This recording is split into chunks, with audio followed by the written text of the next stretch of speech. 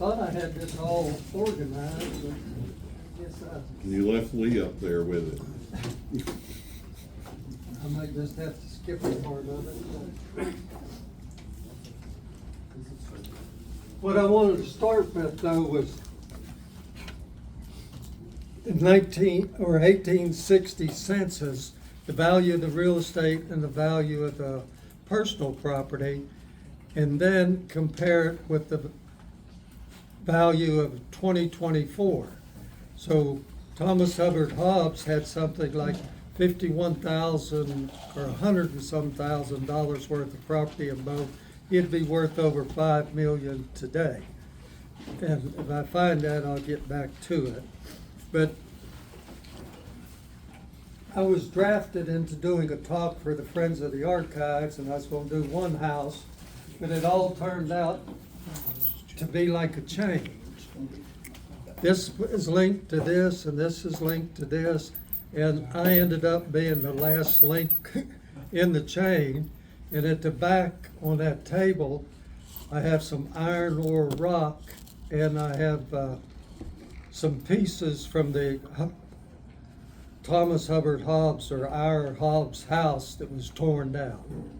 So I would have liked to have gone and been able to cut where each thing was mortise and tenon and make a big display of it, but they just told me, you can grab what you want, but don't step on a nail. So I got a few things. But the linkage is Thomas Macklin and Ira Hobbs. It started back before 1820. Hubbard Hobbs and Thomas Macklin were real close family friends. They were going to make a trip from Virginia to Alabama, or move. Well, Thomas Hubbard Hobbs died, and Thomas Macklin's wife died. So it ended up that widows brought the children, or widowers brought the children down.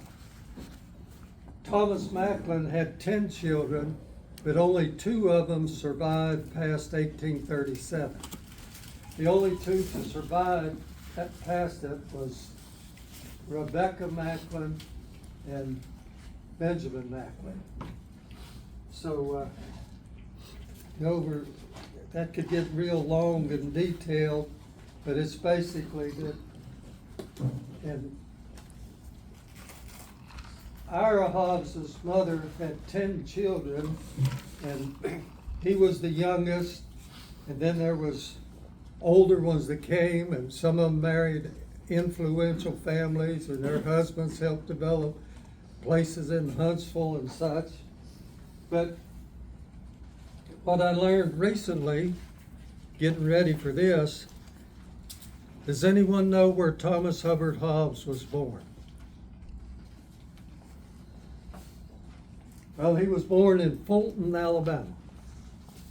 Now, that's not far from Athens. It's just down 31 south, about where the rock quarry is now. It's section 16, township 4, range 4.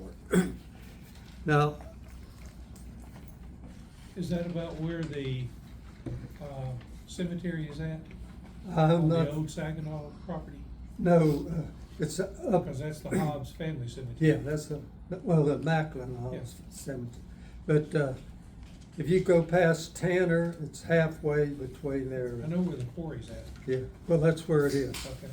If you're headed south, take the quarry road to the right, and that was a settlement called Fulton's Mill. Now, it was just south of another town or settlement called Pluckamin. And on the back page of this here, there's a little map of the county, and it shows the location. And everything on this map here is historical towns. Some of them are, they're gone. So Ira Hobbs married Macklin in 1825. They had their son, in Fulton in 1826. And in the 1830, Ira Hobbs with his brother Hubbard Hobbs started a cotton mill, and it has good water there, has the Swan Creek going by it, and it's said in some books, if you were, back years ago, I guess, if you were going south on 31 near Houston Place or down there, Houston owned the land later, but you could see the mill race and everything. And that was a cotton mill that was built 2 years before Huntsville cotton mills. But in about 1832, it burned. So I was doing a little more research in that. You'll notice another yellow spot right there close to Fulton. We have a member here sitting in a chair, and he walks on that ground where Thomas Hubbard Hobbs may have looked for frogs or something. And there he is right there. Charles Christensen, you own how many acres? About I think it's about 55 acres there. 55 acres. And there is a big spring. Is it on your place or close to it? The big spring is south of there. Okay. So I just thought that was interesting. Thomas Hubbard Hobbs was born in Fulton, and a member of our camp owns land that was owned by that. And it's hard to find some of these things in research. You go to Master Index at the archives, you go to the probate judge's office, you go to the tract books, but the state didn't always sell all the sections. They reserved them. So the only thing I came across was a land book where, since the state didn't sell any quarter section or any land in section 16, it was reserved, and that for schools. And then Ira Hobbs bought it all, the entire 640 acres, and then that's where the mill was. So that's Fulton, Alabama. Family ties. Then we get into Slopeside. Now, Thomas Macklin, he came to Alabama 1818, but in 1820, he started making purchases of patent deeds at the Huntsville office. So he developed a pretty good amount of land, and then later bought from other individuals and such. But so Slopeside was built, and he lived there and family, but he died in about 1845. Now, when he died, his widowed sister was still living there. And she died in about 1852. In 1854, Thomas Hubbard Hobbs married his first wife, Indiana Booth, and she was from Virginia, and he married her up there. And they came south and moved into Slopeside. She gave birth and died in childbirth. She died and the girl child died. And she's buried in the Macklin Cemetery near the old General Motors place. So then he remarried in 1858. But he had built a bond and connection with Slopeside. Now, Thomas Hubbard Hobbs was the grandson of Thomas Macklin, and he was the only grandson Macklin had. So he spent a lot of time there as his youth and hunting and fishing, and he ended up with every bit of the Macklin estate and every bit of the Hobbs estate. And if we average that together, it'd be a lot more than $5 million in today's value, because there was thousands of acres altogether. So, I don't know that. Now, Thomas Hubbard Hobbs, he did this drawing that's in all of the books. and it's done by what is called a camera lucinda. You take something, you prop it up, it takes a mirror, it makes a reflection onto the paper. And it gets quite complicated too. He didn't do this one, but this is the drawing using a camera lucinda. And they often say some of the medieval artists that are well known, they use camera lucindas to do the drawing and then do the painting. So they did. Now, the slope side, That's sort of like painting by numbers. yeah.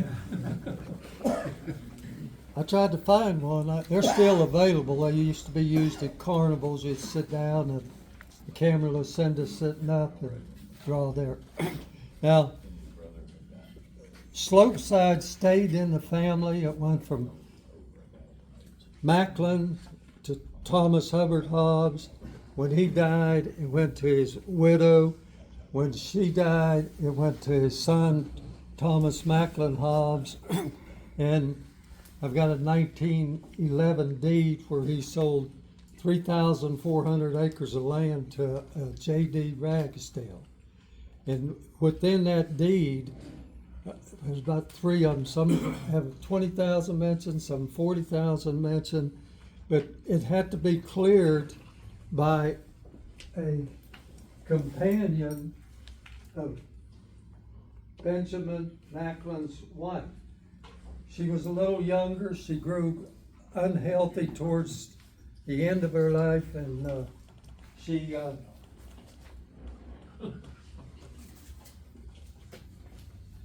had that companion to help comfort, care, and plus take care of the house.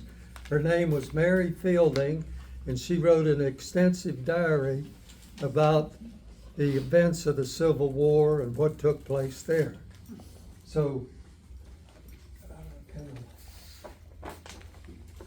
the slope side stayed in the family until Macklin sold it off, and then, but in about 1900, well, really, lore and lore will say one date, books will say another date, but the deeds I come across, it was about 1918. Edgar W. Keyes bought it and then sold it shortly after, and it got struck by lightning and burned down. So everyone's kind of curious. It's just, we know where the cemetery is, but where was the house? And there's two Macklin cemeteries. If you're going out, name slips my mind. Before you get to there's a Thompson Road, and it goes and makes a curve around a railroad, old railroad depot, and there's, but it's a black cemetery. How many graves are there? I don't know. I went to stop once, but sometimes you got to get permission if you have to cross other people's property. So, slope side played a prominent role in Thomas Hubbard Hobbs' life, because he took his first wife there to live. He took his second wife there to live, and she was living there in 1860, and she stayed there with her two sons, but she died in about 1872. But so she considered it home also. Let's see if there's something I forgot here. Nope.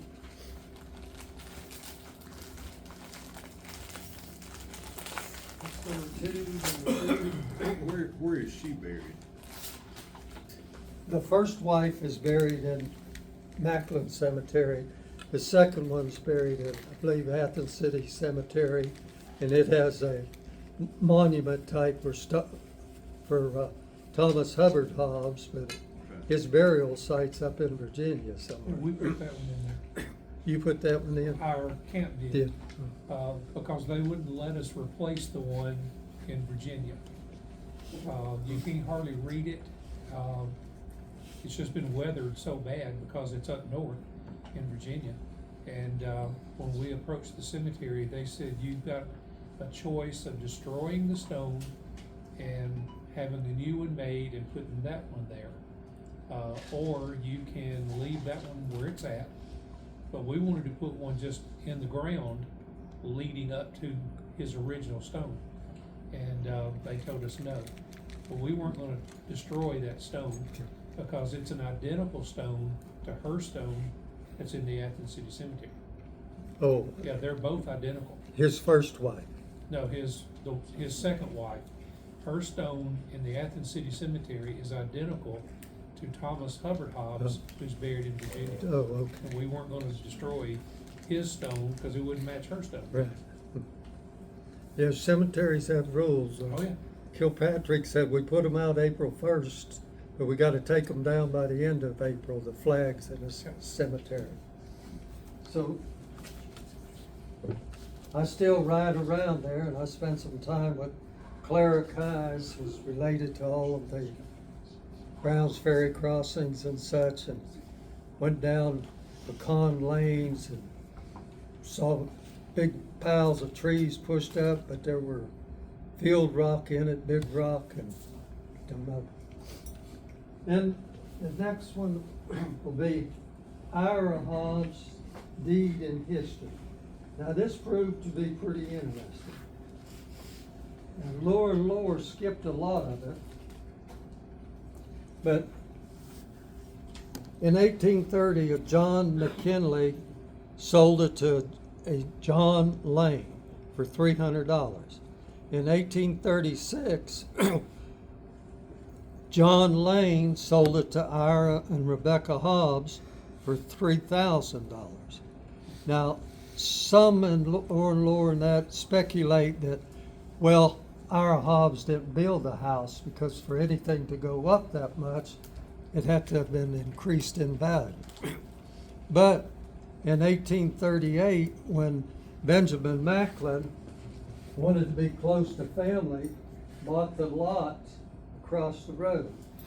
And in that little handout, there'll be a city map that'll show the locations of those.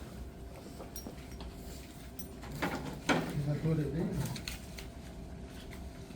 Yeah. See, this is the old original plot map of the city of Athens.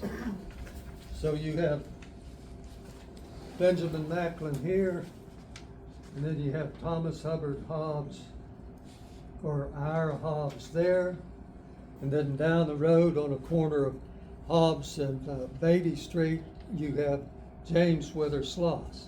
So they're close and they get closer. And the land at the back, those were just lots they owned. But what's interesting about this one here, it's where the Veterans Memorial is by the old depot. You got the west half of that block. Then you got the east half of the west half of that block. Well, those were willed by Benjamin Macklin to his two servants. One was named Sidney Macklin, then later Sidney Foote, and then the other one, Thomas, another male servant. And this one was the exception of a little parcel of land that he willed to a black church. And I think there was one there for a while, and then it went down. So he kind of took care of anyone associated with him in his will. So,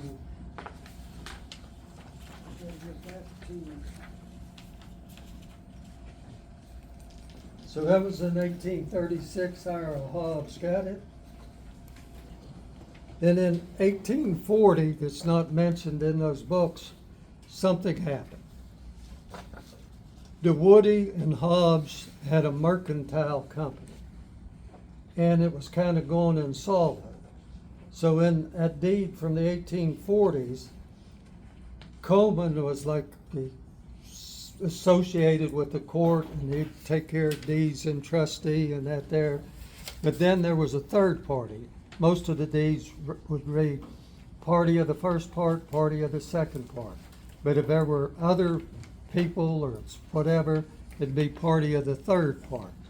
And the reason they were party of the third part, they had loaned money or gave them loans or something, and it was building up. So in 1842, the Coleman Trust, as land often does, just gets too complicated for everyone to divide it up. So there was an auction held. And then in 1843, Thomas Macklin and trustee Coleman, Thomas Macklin after Thomas Macklin bought it, he had a trustee, meaning I'm trusting you to hold this property for this person until I die. So he left the property to his son's wife.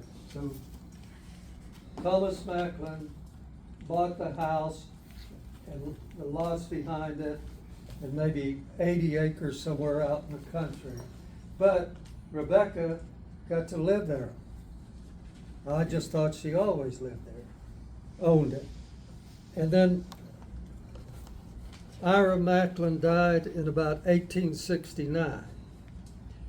Now, since it was kind of willed to Rebecca, but it was going to go to Thomas Hubbard Hobbs, so his wife, Anna, she said, wait a minute. So she had a Chancery Court complaint of about 50 pages. But the way it was ruled legally, Rebecca got the property, but in 1870, she sold it to James Wither Sloss. Now, he didn't pay a whole lot for it because this was after the war, and all that land Hobbs had, it wasn't generating a lot of revenue, and bills were coming up. So Sloss made one payment to, can't find that, but in the deed it states a $200 a year allotment from the rents derived. So she got a share of the rent of the property, but he didn't sell her all of the property because he couldn't sell her what Thomas Hubbard Hobbs had because it went to his widow. So James W. Wither Sloss in 1876 sold it to his daughter Rachel. And those two blocks, lot 83 and 84, behind where the Hobbs house was. So everything went along fine. He sold it to her for $5,000. Her husband was George Mason, and he was a merchant in town too. So she got it in 1876, and then she died. She died in the 1880s, 89. Yeah, she died in 1886. Well, she was a Sloss. He was a Mason. And the way the things were, Masons were heirs and Slosses were heirs. So I don't need it. I got a 1/16 of an interest in it. Well, I'll buy that from you. Someone else selling theirs. So Joel W. Legge from Elkmont kept buying up some from the Slosses and some for people who bought from the Masons and then sold it. And a few, Fred Sloss, I think, kept his for a while, but then finally the court said, we're just going to auction this off.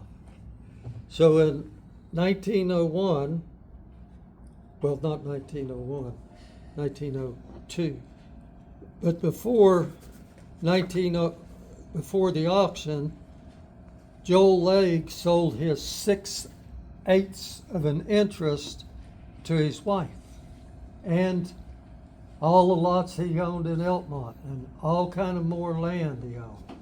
Now, why he did that, I don't know.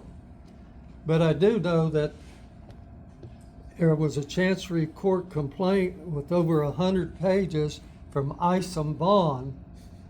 He didn't like the idea that he's willing his daughter this plantation and that, but her husband may get it when she dies and he can't figure it out or whatever. But in one of the Chancery Court notes, he made the comment that was recorded, if I have to come down there, I'm going to bring my knife and cut Legg's throat. And some other specific cursing. But, so, guess who bought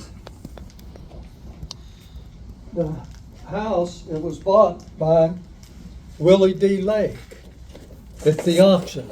So, since her husband had 6/8 of an interest, so Willie D. Legg bought it, and then she sold it to C.O. Johnson, and that's the first time a name appears in the book Lore and Lore. It goes from when Rebecca and now, and not only did she do that, her Rebecca, Ira died in 1869. Her brother's wife across the street had passed. She's got those two little children of Thomas Hubbard Hobbs. Well, I've got a lot, so she sold the house and moved in with her uncle and helped take care over there. So then C.O. Johnson kept it until 1950. He sold it to Dr. Darby. And then in 1950, Darby sold it to his daughter, Eugenia. And then 1953 or 4, it's questioned there, Eugenia sold it to R.N. Cannon. And then in 1971, R.N. Cannon sold it to Jack Cannon by will. And then when Jack Cannon died, it was divided between a church, a school, and a Cannon family. And again, since there was so much land, how did you divide 50 parcels of land equally? It gets to be a problem. So, but they resolved it, and it's currently owned by HBF LLC, Hetty Billy Family HHC, for Hetty Lou Cannon and Billy Cannon. And some say that the city may have approached them and told them, fix it or tear it down. I don't know.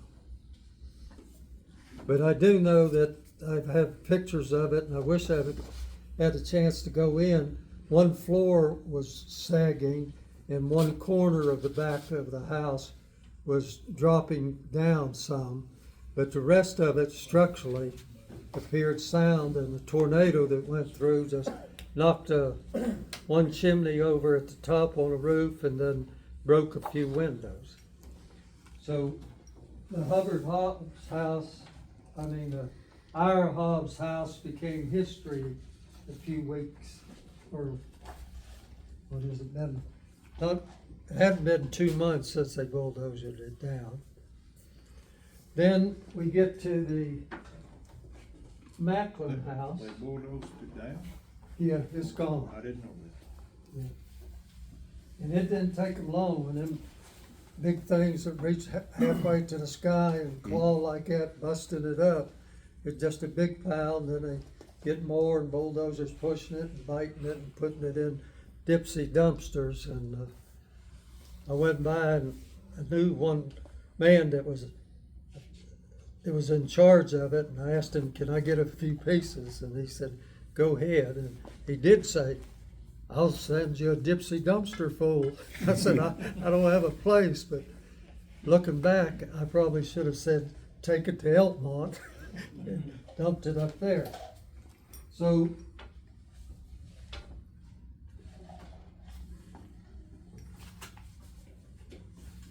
gotta get to the number 5. Number 5. So the Macklin house, its ownership history isn't, I think it was 14 or 15 transactions on the Hobbs house.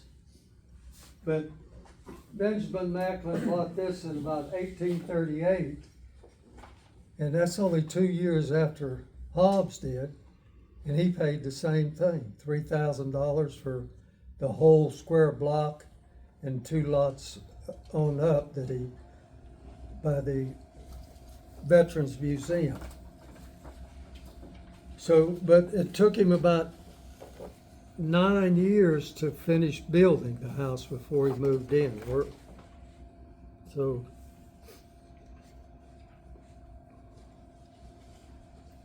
So Benjamin Macklin, when he died in 1879, it was willed to Rebecca. And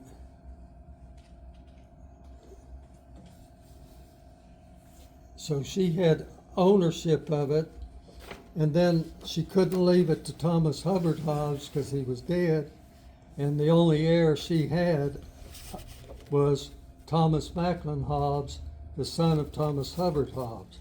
Were we talking about the Judge Horton house? Yes. Okay. And so Thomas Macklin, he married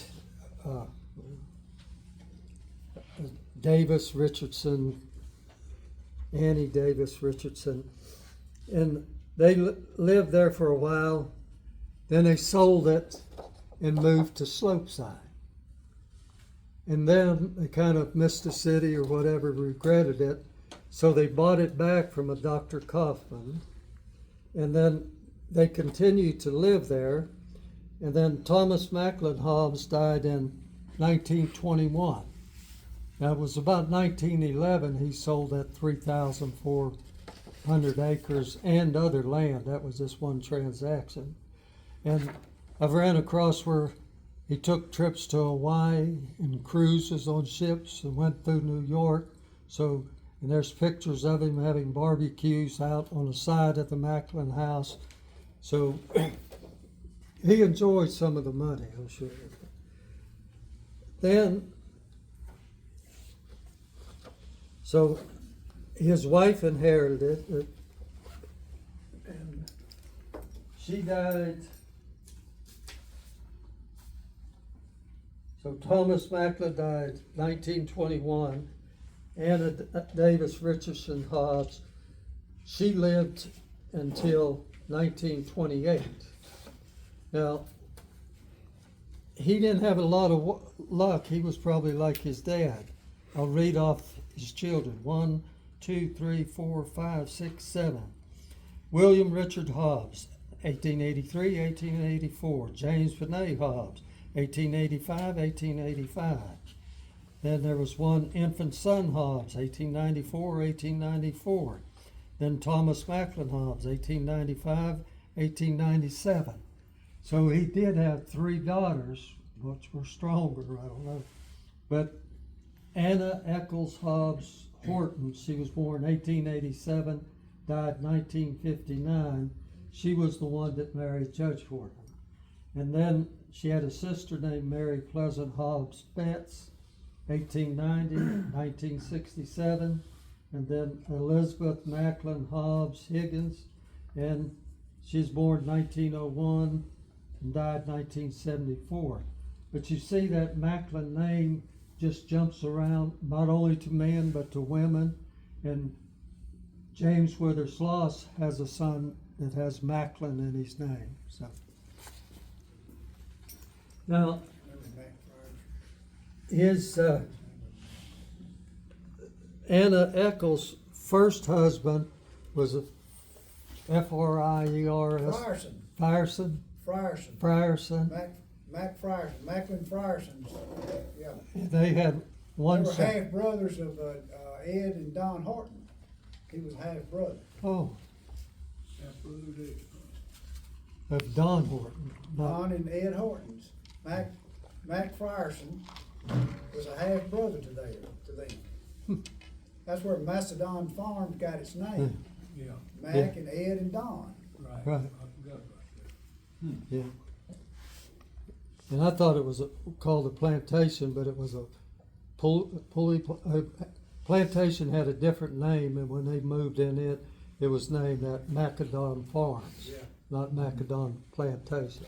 Right. Maybe you want to disassociate from the image of plantations. I don't Well, know. they had Angus cattle. Oh, yeah. They weren't raising cotton. Well, they weren't raising much, but they were They raised well some. noted for their black Angus herd. Yeah, yeah. So, It ain't much there now, though. No, and, Harvest has ruined it. yeah, yeah, his name was John Morgan Frierson, and his son was Macklin Hobbs. Now, then that Donaldson, that group there often contribute a lot of old things and paperwork to archives and such, because I see their name pop up all the time.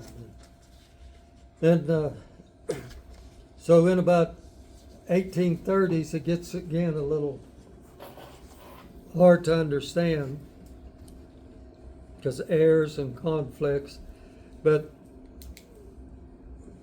I had some paperwork that said the city was wanting that property for a hospital, and that it had gone decades without taking care of it.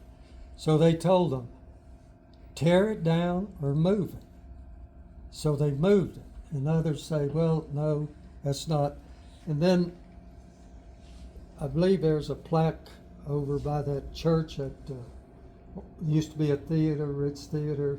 Has a little historical plaque with That different was the things. original Methodist church. Yeah, and I'll make a comment about that. But, so, they decided to move it, and I went and approached the city hall to see if they could give me any records of condemnation or anything. They did once, because there used to be a house next to the Sloss house, and you couldn't drive North Street, now Houston Street.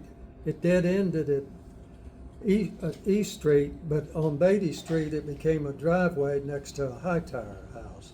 And then the city condemned it and bulldozed it over and made the road from the courthouse area all the way to the high school. So he was going to try to look up, but I found some deeds, and some say Anna inherited it because she was the oldest. But the deeds kind of state that each one had to sign, each husband had to sign, some of them living in Texas or different states. And so they had earlier sold land for the church, and I think through a Lake and Hightower may have gotten it, but so the city block was split in half, and a Macklin home was on the east side of that block.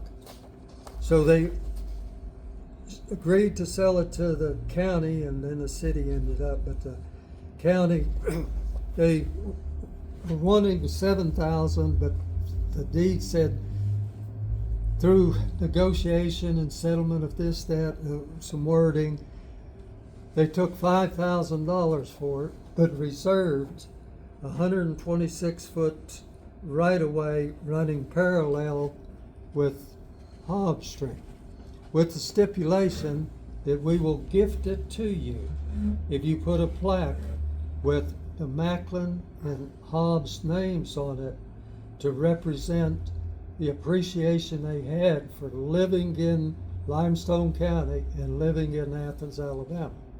And that one member of the family would have to approve of their decision.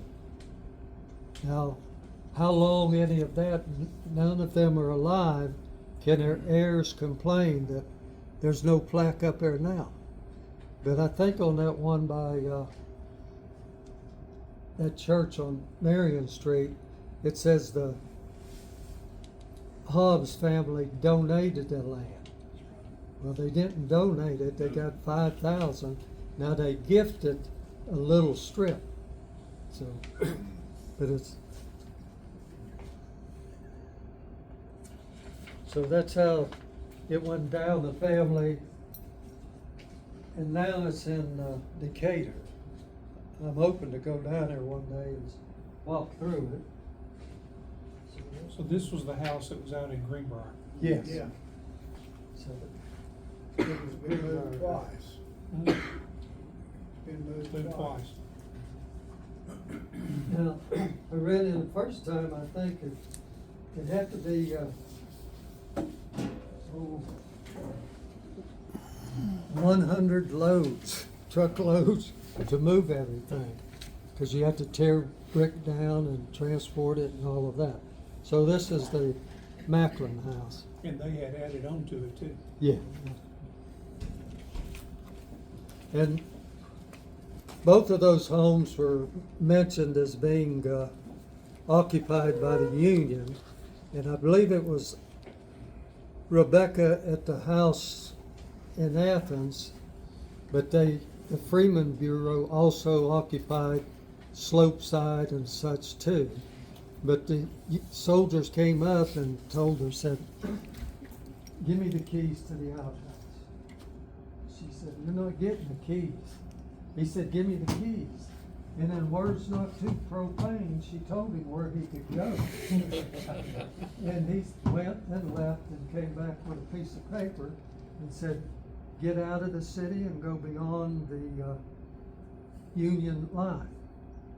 And she said, "Well, while I'm gone, you know I'll pray someone blows your head off." And just by coincidence, after that, he was crossing the Tennessee River in a boat when a shell hit the boat and decapitated him. Don't cross the southern one. She was strong. I got into her. Then that Benjamin Macklin had a good education, having been up in Virginia and going to medical school up there, and he became a doctor down here. But he had, one book said about 70 slaves, others say 100 slaves, and well, they were getting sick in about 1847, and it was determined it was a typhoid fever. And he came in one day and told, I guess it's in the Hobbs' journal, that I got 33 slaves that are sick. I've done everything I can. I've bloodlet them, and even our Hobbs used to bloodlet him to remove infection and such. But and then they gave him chamomile or something, but it had it did more harm. It had mercury in it and that. Is it calomel? Calomel. Calamus, I like to do. The calomel is mercurous chloride, Hg2Cl2, used to be used to treat syphilis. And it's not good for the body, though, is it? It's not as bad as mercury too, but But it has some mercury in it. doesn't it does. Yeah. Mercury compound. it? So all 33 died, and he didn't understand why, because Matthew, plantation right next to him didn't have one to die. So he lost 33 slaves, and maybe that's why there's a Macklin Black Cemetery down there. So get into that. Oh, before I forget, she was a strong woman. Now, they asked that watch, it's a watch she wears around her neck. Before the 1830s, both of those families donated land to help build the Athens Female Academy. They were trustees on it. They were involved in it. She taught there. But a group of families was trying to raise money to build a church. But they lacked $2,000. So Rebecca said, give me time, I'll take care of it. So she worked and worked and worked and saved her money, then sold all of her jewelry except that watch, and gave them the $2,000 so they could start building that church. It's a Church of Christ now on Marion Street. But the reason she kept that is, according to the story, was, I have so many places to be, I gotta keep up with the time. So she could just look like that, I gotta go. Well, I better go back. So then, and then a Bureau of Land Management, I'll just give them, I won't read them to you, but there's a whole stack of them. Hobbs's wife was down there, and then they were taking over, and she let Ira go down there, but then they found out Ira Hobbs had sent his, and that happened right after the Emancipation Proclamation, that they declared that Bureau of Freed Men and Abandoned Land. So they took it over, and quickly they took damage and occupation, cutting woods and timbers, but 40 head of horses and mules, 41 colts, 12 work oxen, 75 head of cattle, 250 head of fattened hogs, 250 sheep, 75 goats, 400 bushels of wheat, 20,000 bushels of corn. I don't know if that's a typo or not, it's a lot of corn. 80 bales of cotton, and 10,000 pounds of bacon were seized. And then they also, when they found out that Ira Hobbs had sent, they weren't slaves, he just, the paperwork says, he sent his Negroes south of the Tennessee River to keep them from being taken by the Freedmen Bureau, and even made into soldiers or working the farm or whatever. And so said, well, since you did that, I'm giving you an opportunity.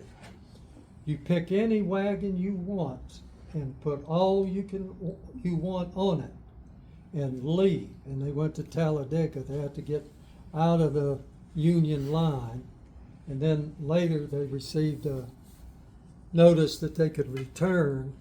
But there's all kind of complaints in there that Thomas Hubbard Hobbs' wife's father was petitioning for reimbursement on rents and damage and such, and then letters saying, well, there's nothing we can do about that. You got to file something later. So, but the Bureau of Land Management kind of did what they wanted to. And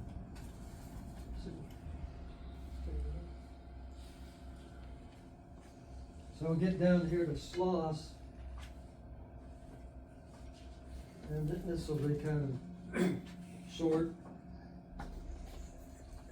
I stopped at the archives and they gave me a printout. Some organization in Alabama, libraries or something, was having a video thing about Joseph L. Sloss, but we don't know if it was the father of Joseph L. Sloss, and he was prominent in the Huntsville area. But James Withers Sloss's father was named Joseph. But in the indexes, you got Joseph L's and Joseph H's, and then some find a grave doesn't identify relatives. But the Sloss house was purchased in 1844. Now, Lohr said it was 2 minutes. Got to go. No, Oh. sorry. So the house was purchased in 1844, but it said it was on. Well, he got married in 1844, and he started building the house in 1845. Lohr said the property the house was put on belonged to his father, Joseph. But the deeds I find is where those 4 lots were sold and it belonged to someone. And George Peck bought it, and then shortly after, George Peck sold the 4 lots to James Wither Sloss. So I couldn't find anything anywhere on Joseph, but we know the house was built at about 1845, and his daughter went to the Athens Female Academy, and some of you have heard of Henry D. Bartoleben and James Wither Sloss. Both had daughters going to the Female Academy, and both of them became trustees. And so that may have been where they made their acquaintance, because later they became the Sloss and D. Bartoleben Coal Company, the Sloss Furnace. And where I said I was on the last link of the chain, I own some property in St. Clair County in a town called Springville. Well, in the 1880s, Sloss and D. Bartoleben paid Annie Woodall $15,000 for some land for the iron ore on it. And I've got places where they went through the cut, but the iron ore wasn't of quality enough. But chunks of this lay everywhere where they've been. And at the back table where that, pass that around. So there's some bigger ones, but it just wasn't of quality. So top of that ridge just has a thing like a giant mound. Looks like a fortification, really. So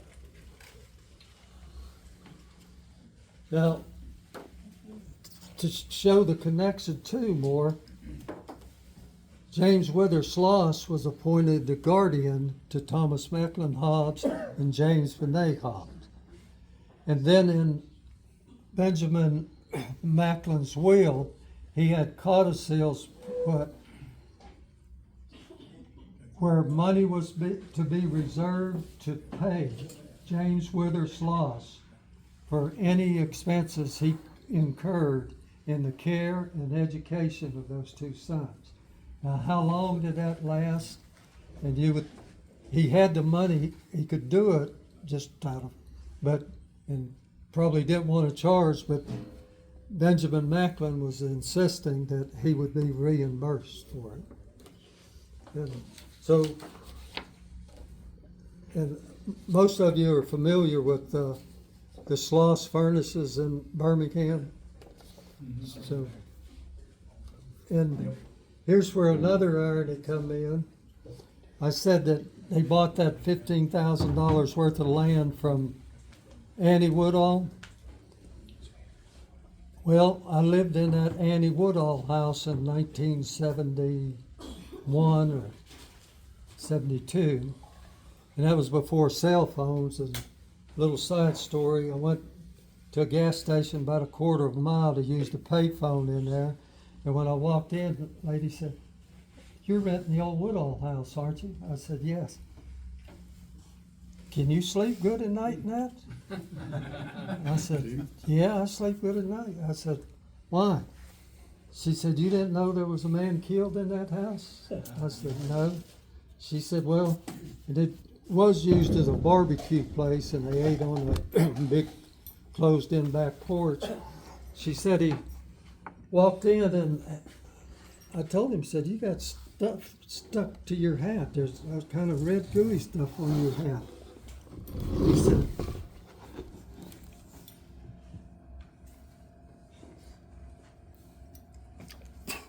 He said, "That's some of that man's brains." Now that scared me sometimes. And then, so it was, it burned in 1980, and I got permission from the 80-some-year-old man. The Woodalls, their daughter married a Sparks, and the Sparks lives up in Richmond, Virginia, and so he gave me permission. I asked him if I could get some of the stones because the foundation rock that was slave cut has a lot of iron ore in it. And I had a difficult time dragging them through an overgrown place out to the road and putting straps around me and bringing them things up onto the truck. So I wanted to start something where people could contribute old foundation rocks from their old family homes and make an abstract wall next to the museum and put tags on it where kids could come and say, oh, I found number 16.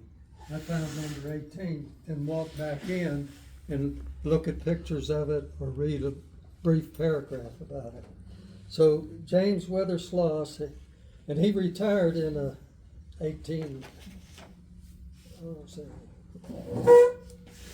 he retired in 1886. But it just shows the link and the bond between those two families.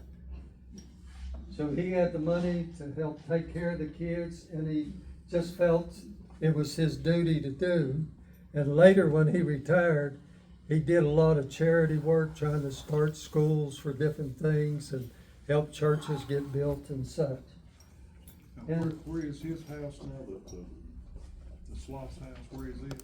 it's right across from where Lawler's Barbecue, right across the road from the Big Springs. It's the yellow house on if you're going on Beatty, it's on the right corner of Beatty and North Street. See if I can put this. But D. Laban, he married a Pratt. When she was 14 years old, he knew he wanted to marry her. He didn't marry her then, but he married her later. But when one of his daughters was going to Athens Female Academy, she eloped with a man. And it was stated he shouldn't be upset. He did the same thing with his wife. He eloped with her, and that helped get him into the Pratt Cole family and a wealthy family too. So, and then I've got that one deed, not to me, but because the Sloss coal and iron then became Eureka, and then Eureka sold out to something in New York or what. Then Tennessee Coal and Iron ended up with all of that property they had bought, and then in the 1940s they started selling off 40-acre tracts and such like that there. So I don't own the mineral rights to mine. J.W. Sloss and D. Laban. Someone down the line got it. Now, I did have more on Thomas Macklin and Thomas Hobbs, but not much. I tried to pick it up as I went along. So it's been an interesting journey from starting off. I didn't volunteer to do that. I was just said, Gene, you'll do the talk at our next quarterly meeting. I said, I can't do it. He said, I didn't ask you if you could. I said, you will do it. So I did it. So that anyone has a question or something I might clarify. To clarify, the Birmingham Sloss ovens are related to James Sloss. Would that be correct? Well, he was the original. The man that lived in this house is the man that built that Sloss foundry.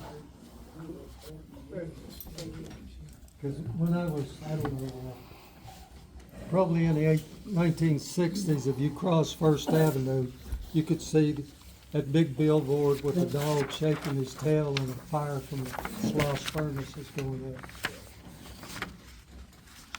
Anybody else?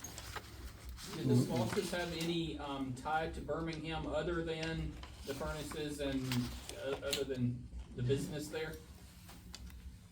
I think when he went down there, he did a lot of work with the railroad. He was president of the North-South Railroad, I think, and then when he got down there, he got a proposal up in Nashville, Tennessee.